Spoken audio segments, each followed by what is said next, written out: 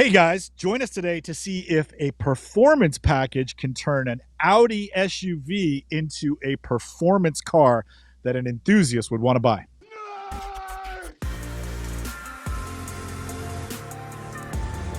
Get those nerds! Oh, yeah, you guys know what time it is. It's time for a brand new episode of the Bid Nerds. Welcome to the program. My name is John Polnik, coming to you from Las Vegas, Nevada, along with my partner, Michael Deeb in San Francisco. And of course, we have Producer Patootie making sure the quality is there. She's doing her job. She's got her. She's growling at you, Deeb. Did you hear that? Yeah, yeah. She's like, "You better get it right today. Don't screw up." All right, Patootie, good job. Thanks for opening the show. Hello, everybody. How's it going? Michael Deeb, what's up? Oh man, it's Monday, dude. It's super. Well, I shouldn't say that, but yeah, it's a day. Monday for We're us. having a day. If you're watching the show, it Monday may for not be us. Monday, but the way we do this, we record the show, and then hey, we are getting so close to the 1,000 mark that we really got to start talking about doing the live feed. Would you guys join a live feed if we did it every week? We're thinking maybe Sunday night or Monday night. We haven't decided yet, but we really want to kind of include you guys on a live show. We think that would be a lot more fun if the Rosses and the Andrews and the Family Guys and there's just so many, all the Michaels, all the Nerd Herd join us on a live show. It'd be awesome. Yeah, definitely. I want to. Yeah, that's it. We'll pick a day and we'll figure it out. But let us know when you guys would be more engaged, and it'll make all the difference in the world. Well, Anthony got a Yahtzee. One of the Nerd Herd got a Yahtzee last week. He's killing it. I think it's rigged. His bids are always better than ours. What the hell, man? BAT and Anthony have some sort of relationship that goes above and beyond the show, because there's no way. You got a Yahtzee on an underperforming special edition car. That doesn't make any sense. I think maybe Anthony has a time machine. He actually saw what it closed for and then went back in time and put his bid in. That's I think what it is that he is smarter than us, and he actually pays attention, does a little homework, actually looks at the ad and reads things, because we don't do any of that stuff. We do no prep. Hey, Anthony, we've got he DM'd us. If you're one of the Nerd Herd, or if you're new to the show, and you're just kind of like you're a new subscriber, that makes you part of the Nerd Herd. If you ever get a Yahtzee, that means you play along. Okay, let's talk about the show real quick. What do we do here if you're new to the show? Yeah. We find the most interesting car from all the automotive enthusiast auction sites like Bring a Trailer, Cars and Bids, P-Car Market, Haggerty Marketplace, and more. And then we talk about that specific car. We show you all about it, everything about the ad. We make a prediction as to what we think is going to happen with that car's auction. And then when the auction is over, we go into the future, and we will show you at the end of this very episode what happens with that car. So we reconcile our erroneous predictions with the actual results, so you can see that you're probably right and we are wrong. So that's what we do on the show. Look, you can DM us on either the channel, but it's probably best on Instagram to DM us there. It's a lot easier to interact with fans there, or in the comments. But we've got a package for Anthony, a Yahtzee package, which is a bunch of Bid Nerd stickers. We got a Marami Show hat with the condom on the front. He's got a Derfossination t-shirt coming. He's just a box of swag. Rochelle and Patootie are boxing up a bunch of stuff for him, so he's got a big old package coming. And we need to do a bunch of that stuff for some of the other original Nerd Herd out there, and we'll start doing that more often.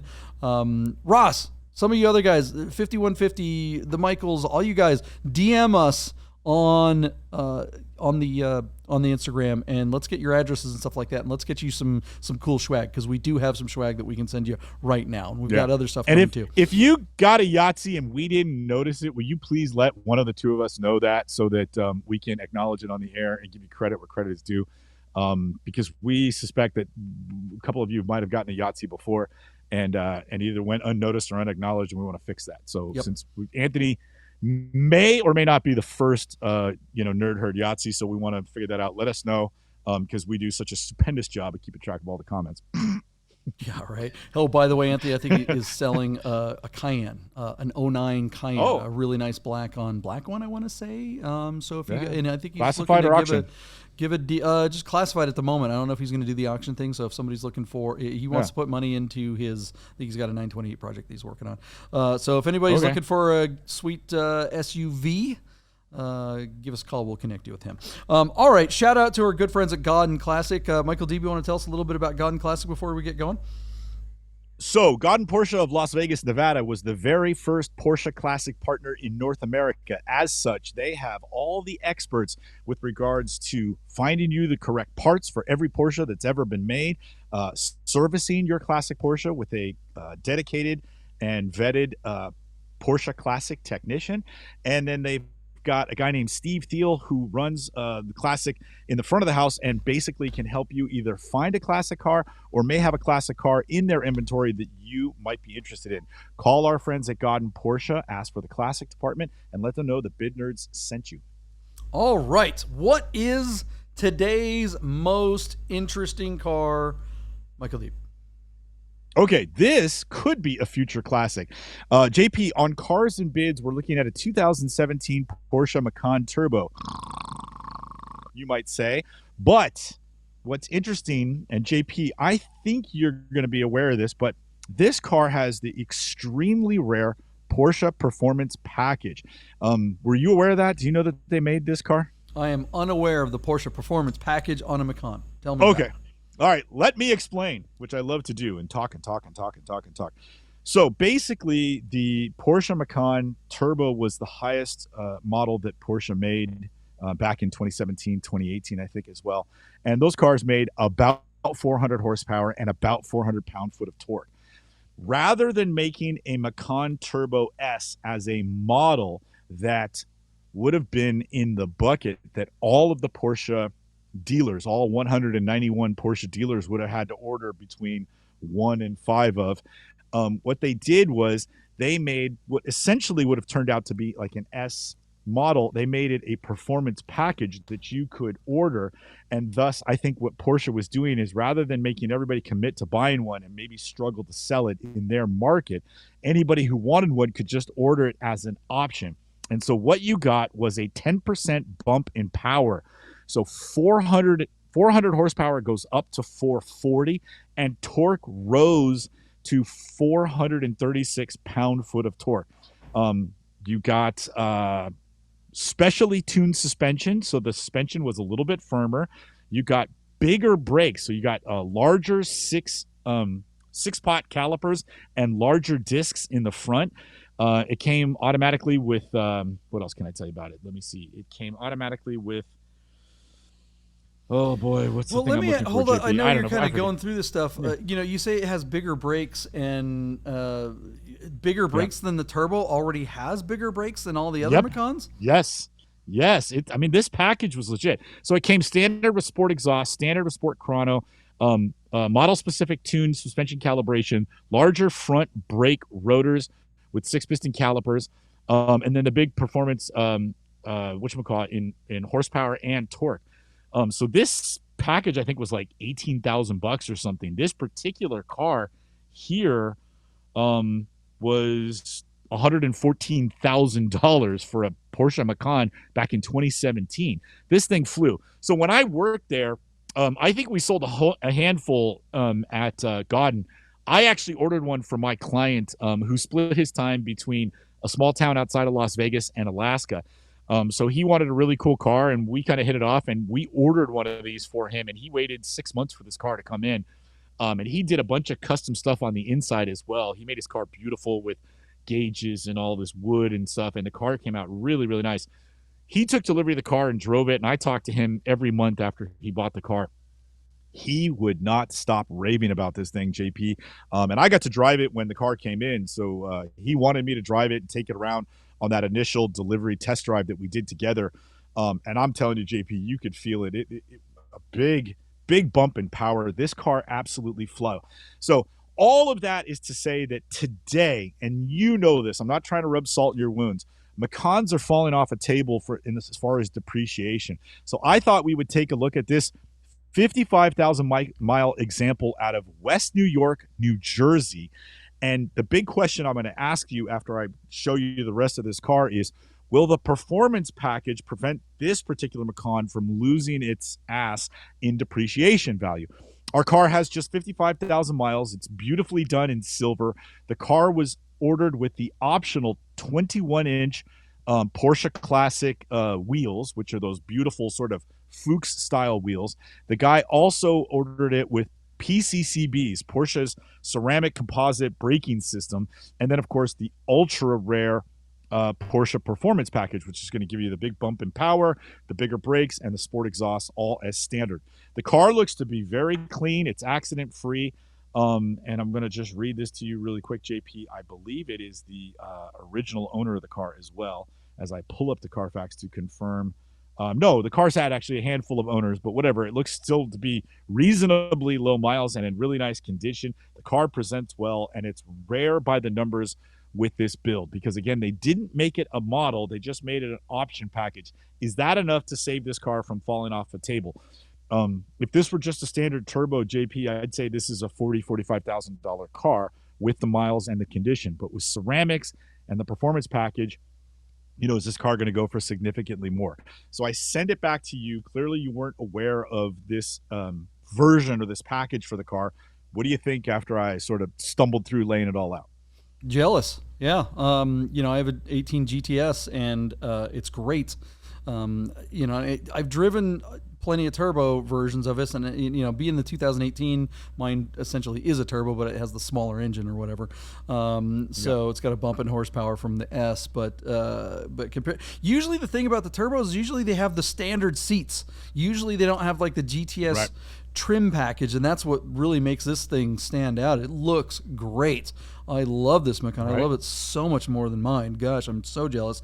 And the thing is mine isn't that much different when this one has the better wheels, the 21-inch wheels. It looks like from the factory, reading the build sheet, it came with the 20-inch Spider wheels, the wheels that I have on mine. But these wheels, these 21-inch sport design wheels, are so much better on the Macan. And I have been scouring all the forums and all the different places trying to find me a used set that isn't ridiculously overpriced. Because even on the used market, usually you can find knockoff Porsche wheels really inexpensively, but because people replace them with other wheels. But man, this particular set of wheels is hard to find. Interestingly enough, a lot of people don't realize that because the Macan and the Audi, the Q5 share a chassis. This is the only Porsche that has a different hub pattern, like lug pattern. So you cannot put wheels from, say, a Cayenne on a Macan because that's good. Good useless trivia. Way to nerd out, JP. I'm impressed. Definitely with that nerd Nicely info. done. Yeah. Oh, yeah. Bravo. So I've seen people make that mistake and buy a set of Cayenne wheels thinking that they're going to put them on their Macan. Not going to work. The floorboards, I've never seen that on one of these too. What's that? Oh, we lost your camera there, Michael Deeb, but that's okay. I'll talk about wheels that you would like. What's that? Is there a set of Audi wheels that you would throw on? I don't know. Maybe if they were 21-inch, that might look kind of cool. But it also, Audi wheels are so distinctive that they would look like Audi wheels. So I don't know. I probably wouldn't bother unless they're these exact wheels. But I don't know. That said, I'm really curious about that sports pack, the performance package that you're talking about. That's got to be pretty darn awesome because these are just god dang magnificent. It is. Yeah. So shocking how good Macans are, and I love it. Mine's kind of a love-hate. I've got the sport exhaust like this one and all the same features. My interior looks the same as this one, only mine's red and black instead of but this one I love the black with the silver. Mine has the red with the carbon and stuff like that, which I think is a little too much. This is just the way I would have, if I would have actually bought one new, I would have, if I had the option, I definitely would have gotten. I mean, this is look how good this thing looks. Bose sound system. It's got the ventilated seats. You mentioned the sport seats, which I failed to mention. That's a great call because a lot of people just won't plump for those because it's a part of a package. And they really do. It really does. Clearly, this car was designed for somebody. Yeah. Oh yeah, and they're better seats, right? Like if you're driving your car back home to Washington, JP, and Yeah. you're in the Macan with those sports seats, you get out of the car after, 4 or 5 hours to take a stop, and you just stretch like this, and you feel fine. Your back doesn't hurt, your legs don't hurt. Those seats make a huge difference. They say, one car, if you could, that whole one car solution, if you needed some utility and stuff like that. People brag about how great a lot of the SUVs are in handling and all that kind of stuff. And I've had Cayenne turbos with PDDC, and it really is magnificent, the capability of some of those vehicles. But the Macan is a big GTI. Is what it really is. Yeah. It handles like one, it drives like one. It is the ultimate 4-door vehicle for everything. What was it, Luft 8? Back in the fall, we did a professor run. Yeah. Long Beach, and you had your 914-6, and we went out on that run, and it was just like, just driving that thing, you just put your pinkies up. Everyone's like, in your air-cooled car's sweating and trying to get them around. It's just so damn capable. It's borderline boring. Even with sport exhaust, it like the outside. When you're outside of a Macan, you hear one go by, you're like, damn, that thing sounds badass. But unfortunately, inside, it's too well insulated. You don't hear it. It's like you don't get that butt horsepower. So there's it's like a GT3. Not that this car is as good as a GT3, but like, man, you got to put yourself out there to really get it on the ragged edge, and you might go to jail or something like that.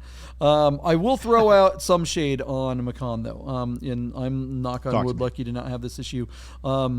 Most of them of this era have a really bad design flaw in the valve cover, or not the valve cover. I'm sorry, but the timing belt cover, not the timing belt itself, but the actual cover has like 20 of these little screws that hold it on and those screws are made of plastic, they cause oil leaks on these, and it's which is not like the end of the world, but because this is such a complex damn engine, that's like a 10-hour job, so it's like, or worse, I think, because the repair on this, the upgrade is somewhere around $7,000, $8,000, $9,000 to get this thing to stop leaking oil. If it winds up having, in almost all of them, that will eventually have that problem. It won't cause the engine to blow, but it will cause a big old oil leak, and so you gotta fix it. And if you get it done by the factory, they're required to use the original screws, which are also plastic. So it'll happen again. So maybe, when you call a Godden Classic to upgrade yours, when maybe you can ask them, hey, can you put metal screws in?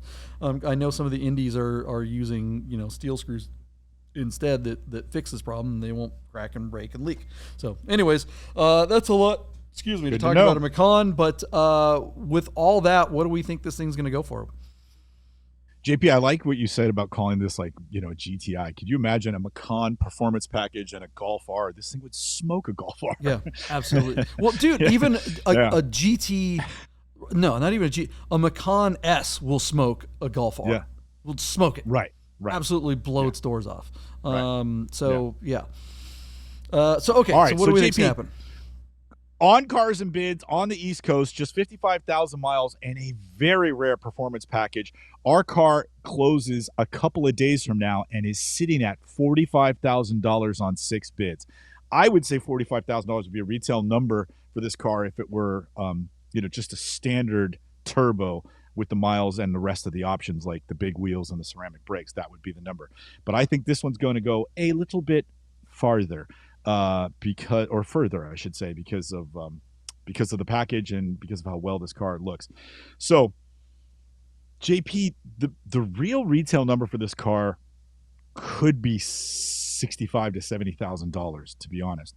But I do think Cars and Bids is maybe the right place for this car. But I just wonder how well it's going to do. I just wonder, you're a Porsche guy, you're a bigger Porsche guy than I am, and you didn't know about this car. The only reason I knew about this package is because I worked at the damn dealership.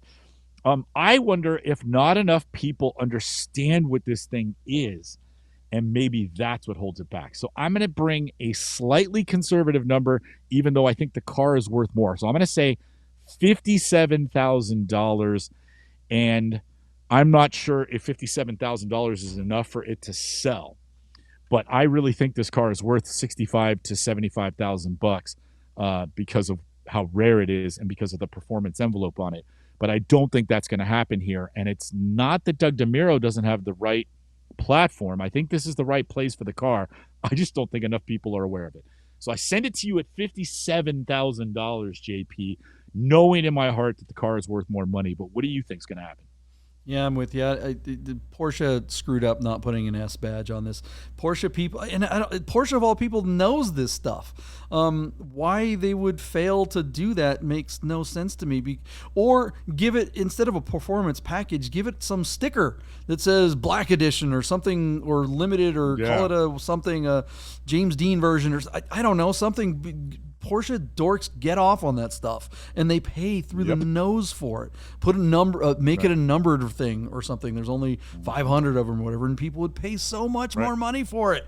And how awesome would it be? Because it would actually have some performance to go with because like how often do we see Porsche put numbered badges on versions of Boxsters or something, and there's no performance upgrades, or maybe one stupid little performance upgrade. This has all the bag of chips, everything you want, except the collectability by having a badge. So I think that's a fail on the factory's part, but that's that's already been done, so nothing we could do about that. I'm with you. Boy, Cars and Bids has been kind of stepping up their game and bringing some big money for cars, unlike what they used to be able to pull off. So yeah, I don't know, but Macans are soft as F. They're just soft. Yeah. So 57, it's what a great car for that much money. I also think it has too many miles. 55,000 miles is not a lot of miles, but I think people will, you start getting into that 60 range, and they're looking for, you can easily get a GTS or a Turbo warranty with 20,000 miles on it. So I'm gonna step right underneath you and go 55, because it is already at 45 and still has a few days to go. We do see sometimes on Cars and Bids kind of things peter out, unlike like Cars and Bring a Trailer. Usually you see those rallies at the end. I'm gonna say 55 and just hedge my bet there. I think it's gonna be somewhere between 50 and 55. Can we say Doug DeMuro's clock is too small? Maybe because he doesn't have the rallies, and I think part of that is because he does such a short clock. I'm so scared I'm going to say it wrong, but anyways, I think if his timer was a little longer, that maybe he'd have better rallies. That's an interesting. It's an interesting take. Maybe. He's got the shortest clock in the business. And there's our thumbnail. All right, I got to make that graphic. That's going to be fun. All right, what do you guys think is going to happen with this Macan? Is it going to bring all the money? Is this the Macan you want, or is there a better spec? Let us know in the comments below. Hit the subscribe, like, and notification button if you haven't done it already. Deep, before we go into the future, how about our Guys Custom Bracelets? Remember our sponsor, Guys Custom Bracelets? Yes, our sponsor is amazing. So this one right here is a Guys Custom. I don't know if you guys can see this because it's probably out of focus, but there's like a fishing lure highlight bead on this. This particular one, JP, I don't want to make you jealous, but I have a very special relationship with the creator of this company, and this one was made for me, I believe, as a gift, and I don't think it's a fishing lure. Isn't that like pride. A piece of titanium? Yeah, but it looks like a fishing lure. Yeah, she doesn't use lead. She uses all glass, or no plastic. It's all like semi-precious and precious stones. Yeah. And it's this big, huge metal thing, but it doesn't weigh anything. So you're right. It probably is titanium, but it's pretty badass. It's really, I don't know. It's super neat. I know I like this, and the beads are oversized, and it's the black lava. Tailor-made for me, and I wear it with pride. Get yours. Call Guys Custom. I think we forgot to mention that she does paint to sample ones for cars. Oh, if you have a Mexico blue or whatever. I'm no paint to sample. This is the carbon black with the titanium and carbon black or carbon fiber bead. It's pretty dope. It was actually made to match my black Submariner. But whatever. So she matches watches as well. But not either one of your black Porsches. Or technically, it goes with either of the black ones. I need to get a new one with like a piece of gold for gold spike. That would be dope. Yeah, that needs to happen. So, all right. let's go to the future and find out what happens with this Macan right after this. Hey guys, I gotta tell you about our friends Godden Porsche of Las Vegas and Godden Classic. If you're looking for a new Porsche or a classic, you gotta call our friend Steve at Godden. Save yourself the hassle of screwing around with all the auctions like we always talk about, and just talk to Steve. He'll find you the classic Porsche you're looking for. Godden Porsche of Las Vegas.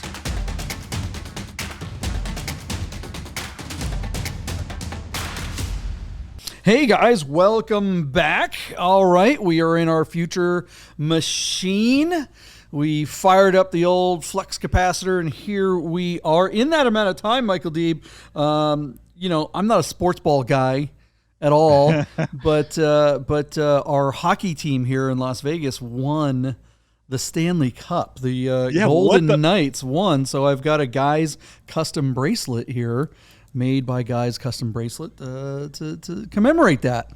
What the puck? Yeah, dude, that was unbelievable. So, John, really quickly, I don't know if you remember this or if you're cognizant of this, but the year we moved out there was July of 17, and in October of 17, we had the big tragedy with the shooting in Las Vegas. And we were just there long enough to like unpack and settle in, and then had this like, you know, really massive event hit the community.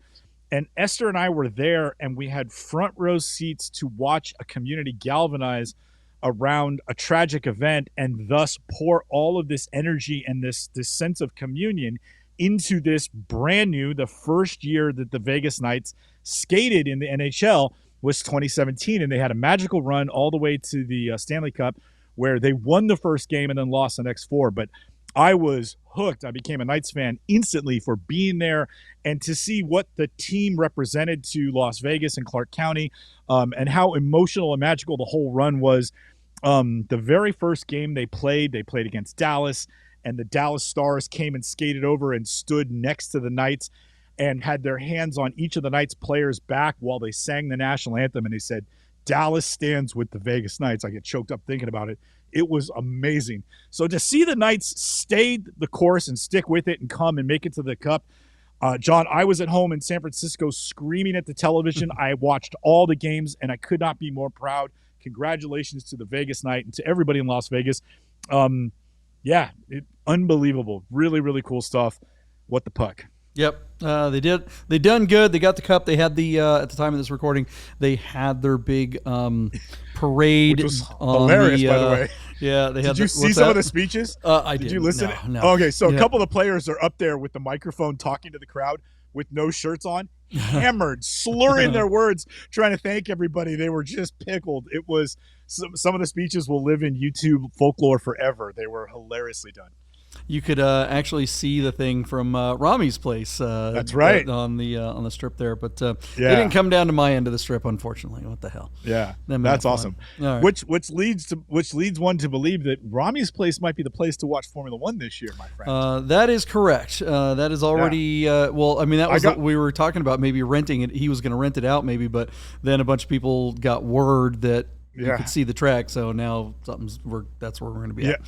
Yeah, I got my seat reserved. I told him, I said, look, I'm not going to crash there, but I'm definitely watching the race on Saturday night at your house. He's like, done. I'm like, sweet. It's going to be so packed in there. Oh, my God. I don't care. Who cares? Yeah, it's going to be a good time. Fun. Good times. All right, well, that's not why people have stuck around this long. Thank you if you have.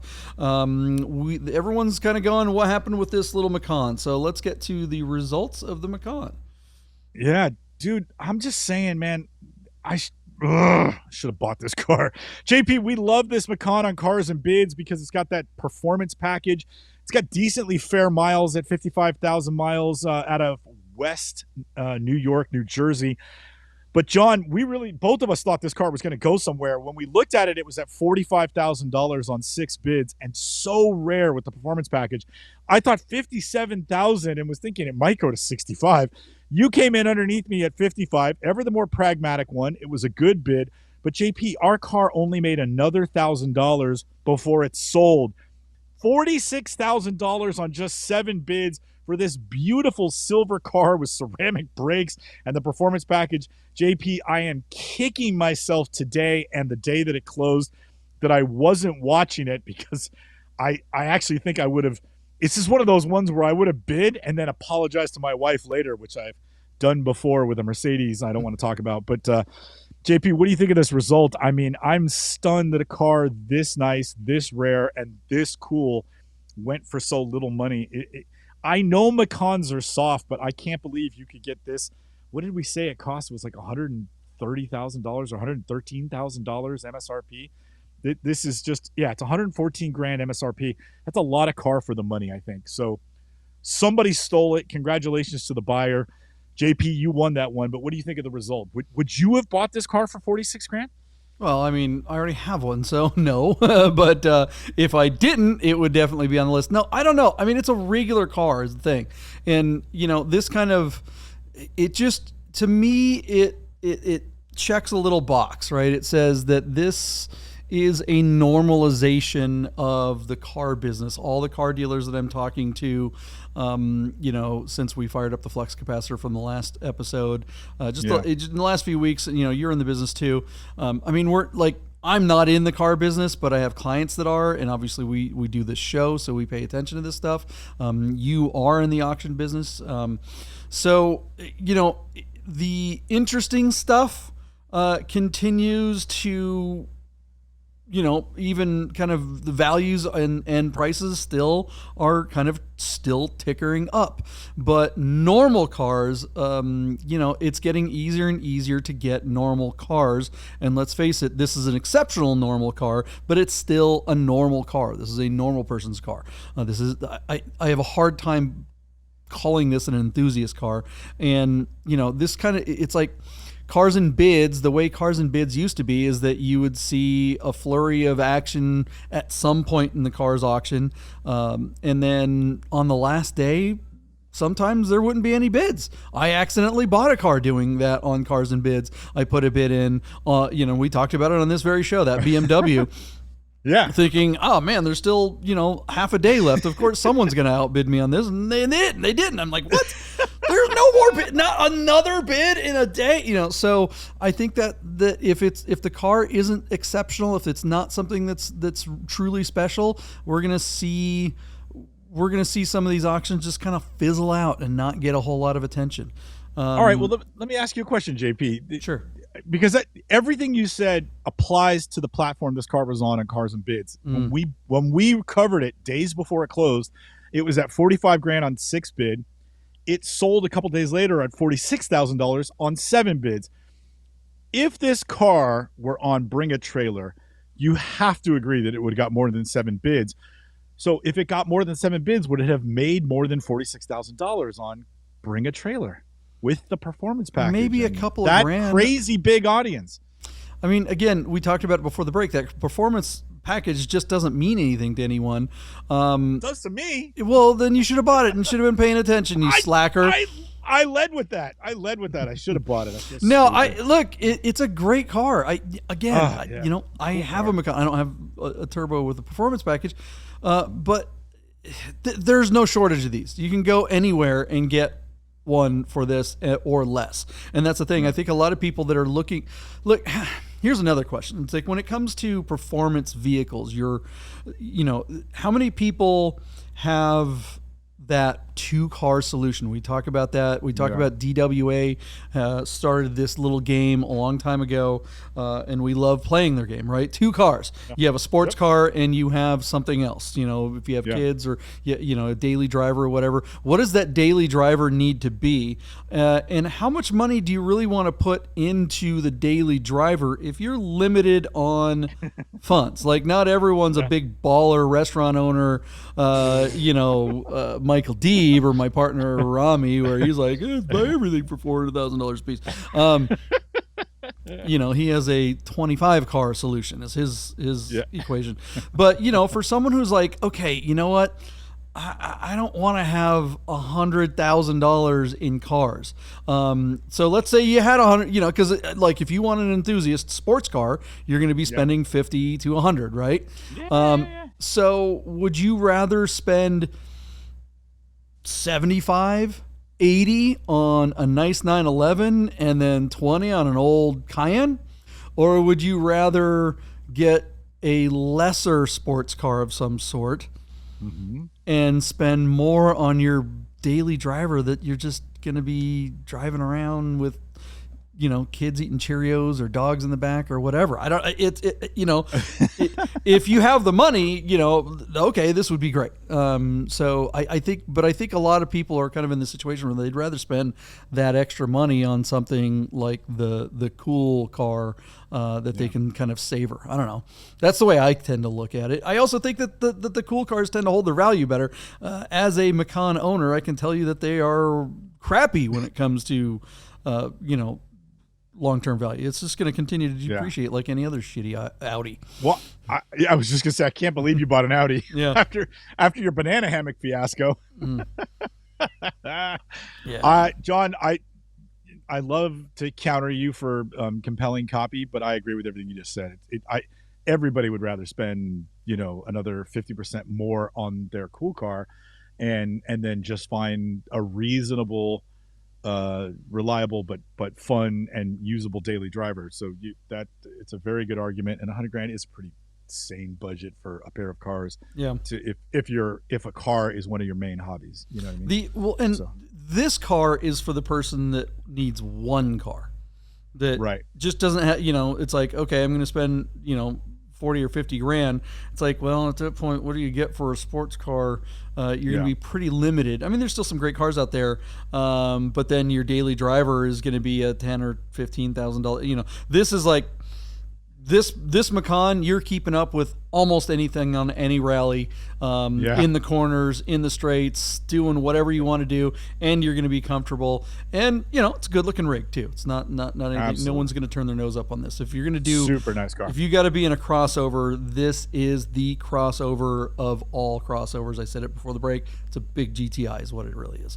Absolutely. And they're freaking awesome. So what do you guys out there think? If you are limited on funds, you got that 2-car solution, would you rather spend more money on your one awesome sports car and then less on your daily driver, or would you rather spend all the money on your daily driver and just carve out a little bit of money to get a beater sports car because you're only driving it on the weekends or something like that? Let us know in the comments below, and we will be back, I don't know, probably tomorrow with the most interesting car. I don't know, I'm gonna shut up now.